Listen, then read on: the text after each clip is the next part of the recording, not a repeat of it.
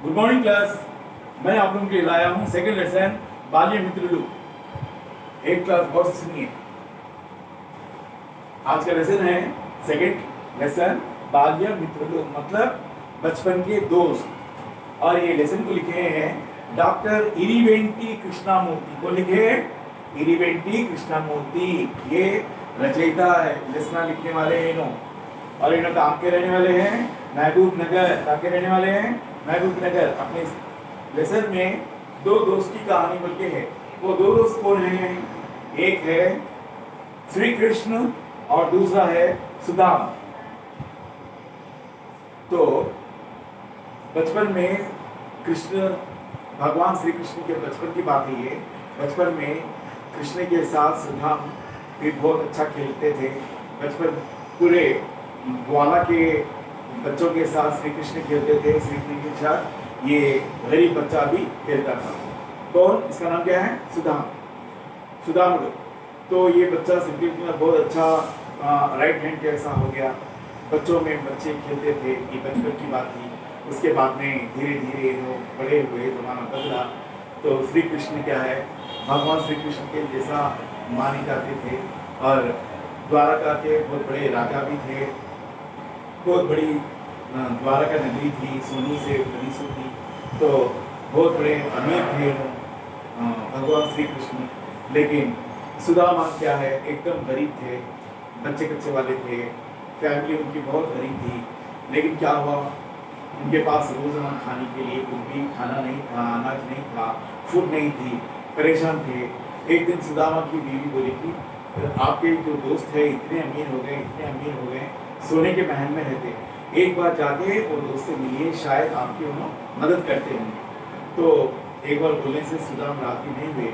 लेकिन फिर बार बार बोलने की वजह से सुदाम को बहुत परेशानी हुई, क्योंकि इरिटेट हो गए थे सुदाम। ये क्या है, बीवी मेरी रोज रोती है, मेरे को चिल्लाना पड़ा होता है, इतने बड़े अमीर दोस्त है मेरा, उसके घर में जाऊँगा और मैं उसके पास जाके भीख मांगूंगा, मेरे को मेरी गरीबी दूर करूँगा, कैसा करूँगा मैं?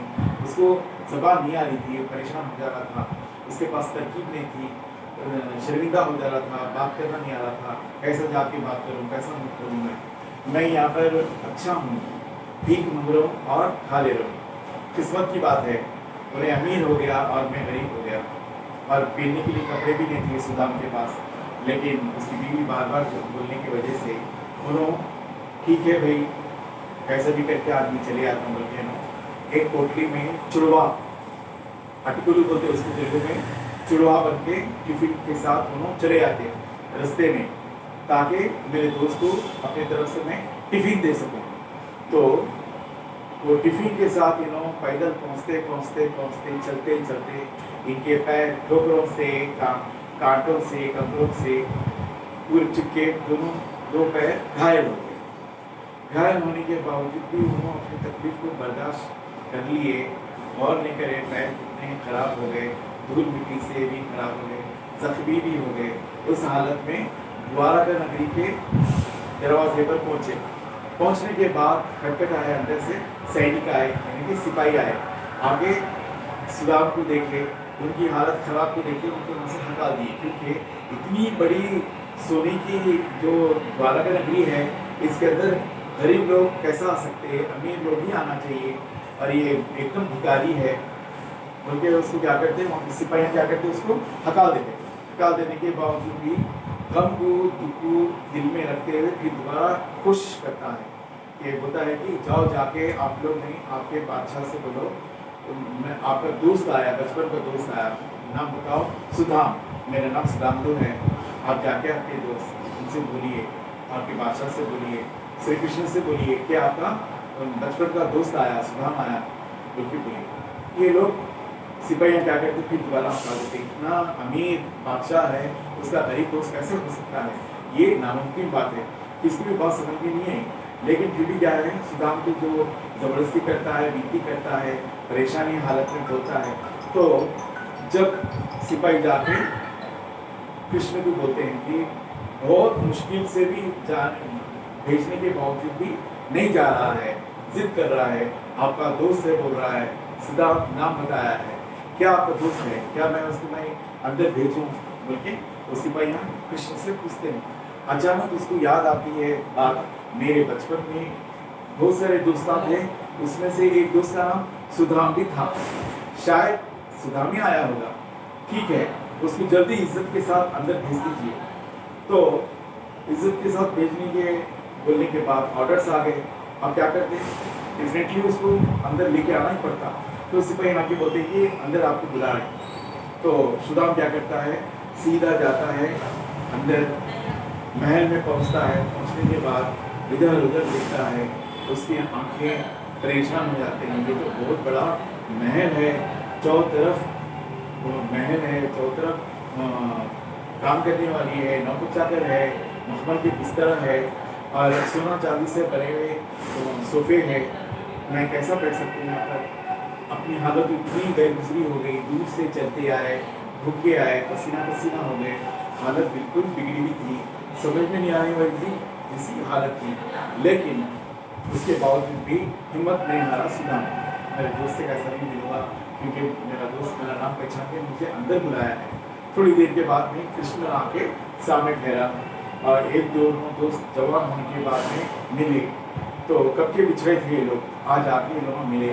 मिलने के बाद में इन्हों उनको भूल रहे, इन्हों इनको भूल रहे, मतलब सुदाम कृष्ण को भूल रहा है और कृष्ण सुदाम को भूल रहा है। दोनों पहचान लिए और कृष्ण क्या है ऊपर से नीचे तक देखने के बाद में मेरा दोस्त इतना गरीब हो गया है और मैं दोस्त को मैं कुछ भी नहीं कर सकता, मैं क्या कर सकता हूँ। अभी वीडियो में गले लगाता है, इसके कृष्ण सुदाम को गले लगाता है और बोलता है कि पानी मंगाता है। उसकी बीवी, कृष्ण की बीवी पानी लाती है, अपने खुद हाथों से दोस्त के पैर धोता है क्योंकि ये जख्मी भी थे और धूल मिट्टी से भी जमे हुए थे। तो दोस्त की खिदमत करता है, दिल से करता है, मोहब्बत से करता है। उसके बाद मुँह हाथ धुलाता है, बिठाता है और अपनी बीवी को बोलता है कि मेरे दोस्त को खाने के लिए कुछ लेकर आओ।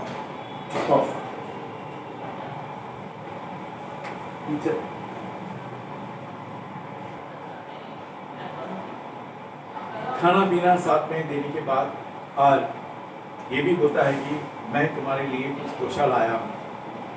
कृष्ण बोलता है कि मेरे लिए मेरा दोस्त तोशा लाया है अपने साथ, कहाँ बताओ देखेंगे। देखे तो क्या रहता उसके अंदर, चुड़वा रहता, अटकुलू, तेलुगु में उसको अटकुलू बोलते हैं, चुड़वा रहता है। ये चुड़वा हाँ हम लोगों की ग़िज़ा है, ये हम लोग यही खा के जीते हैं, मैं और मेरे बीवी बच्चे।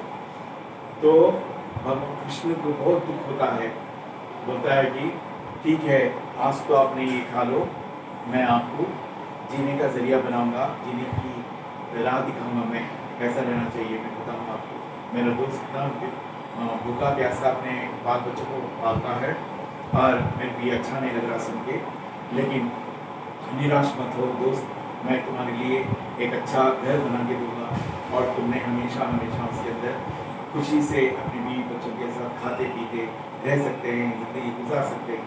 बोलकर उन्होंने क्या करता है, कृष्ण एक अच्छा घर बना के देता है और रहने के लिए घर, पहनने के लिए कपड़े और खाने पीने के लिए हमेशा हमेशा के लिए सुकून से जिए जैसा जरिया बना के देता है। तो बच्चों ये थी कहानी बाल्य मित्र, बचपन की कहानी। बचपन के दोस्त आज बड़े होकर एक दूसरे की खिदमत कर लेते हैं, एक दूसरे की इज्जत करते हैं और एक दूसरे के साथ मोहब्बत से रहते हैं, हमदर्दी से रहते हैं और एक दूसरे के साथ दुख सुख का साथ बनते हैं।